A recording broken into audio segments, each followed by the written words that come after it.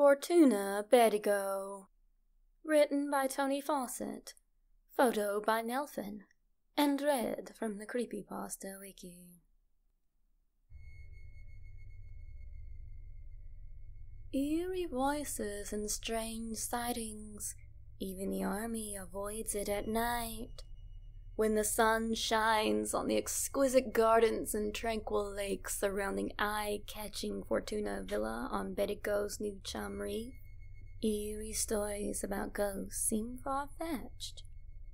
Yet, according to chilling official reports by the Army's Survey Regiment, which has been stationed here for 44 years, Fortuna is indeed haunted.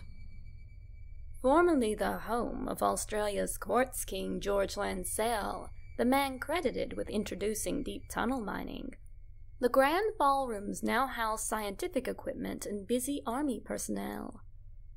But tour the 1860s mansion, and you won't find a bed, for no one sleeps here at night. Today at Fortuna, when soldiers talk of George, they are referring to the ghost of George Lansell, who, if you believe the evidence, still regularly stalks the corridors and balconies. Then there is the female voice, supposedly that of George Lansell's first wife, Bedigo, who died under uncertain circumstances in the 1880s.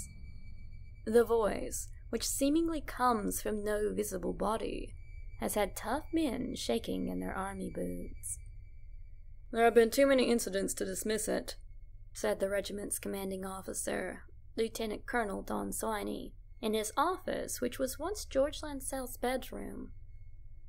"In the cold, hard light of day, we can sit in this office and laugh about it, but I would suggest to you that at midnight perhaps you wouldn't be laughing." It's got to the stage where the duty officers will no longer sleep in the main building. Don Swiney says that the voice of the woman is generally heard in or around the room off the main corridor where the duty officers used to be stationed. "There was one fella who wouldn't sleep there unless he had his dog, a Doberman, with him. And at the same time every night, that dog would go berserk in a particular corner. There was sudden, unexplained, and profound drops in temperature, and then the temperature would rise again.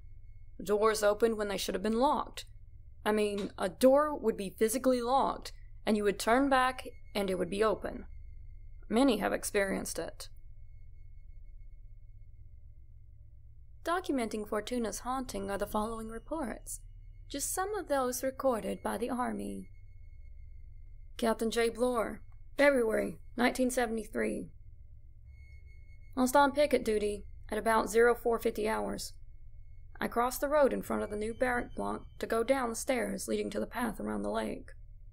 Out of the corner of my eye, just as I mounted the gutter on the lake side of the road, I noticed an object standing by the double doors of the kitchen. I stopped and took another look, because usually there is nothing in that position. I saw an apparition, which was like a shroud hovering by the door and moving slowly from side to side. The form was about 1.8 meters tall. Brickwork could be seen through it.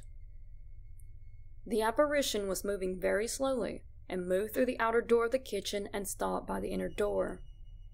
The top half of it could be seen. It stayed there for some time, then turned around and returned to its original position. Once again it rotated slowly from left to right, and then suddenly stopped. I got the impression that it had sensed my presence. It then moved about 6 meters to the east, which, due to the building corner between us, put it out of my view. I moved back to the center of the road, to a position where I could see the apparition beneath the window of the kitchen. It was still moving slowly from left to right. Once again, it stopped, as if again it had seen me.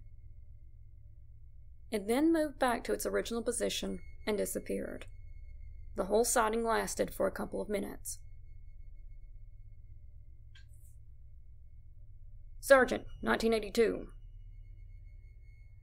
I was performing a security check of the main building of Fortuna, and as part of my duties, I was to check incoming telex messages. I checked the door to the telex room and found it to be locked, as would be expected. I then proceeded to the main keyboard located in the switch room, and as I was removing the telex room key, I heard a woman's voice say softly, "What are you doing here?" I was extremely frightened, as I had carried out a full check of the doors and windows of the building and knew it to be secure. I then hurried to the telex room, a distance of some 6 meters. I approached the locked door, and just as I was about to insert the key, the door slowly opened. I had not touched the door at this time, and there were no strong draughts that could have caused this movement. Corporal, 1965. At 0300 hours, I was adding logs to the open fireplace in the billiard room, now the corporal and sapper's mess. Suddenly I heard the sound of footsteps, approaching the double doors that connected the ballroom and the billiard room. As I turned toward the doors, they were both opened fully. As the building was locked and I was the only occupant, there was no logical explanation. In light of these reports, the Army no longer requires anyone to sleep overnight in Fortuna. No way. You'd have to be joking. Not anymore. Is how Colonel Swiney sums it up. The Army runs Sunday afternoon tours around Fortuna, and with the proceeds, hopes to restore the mansion to its original grandeur.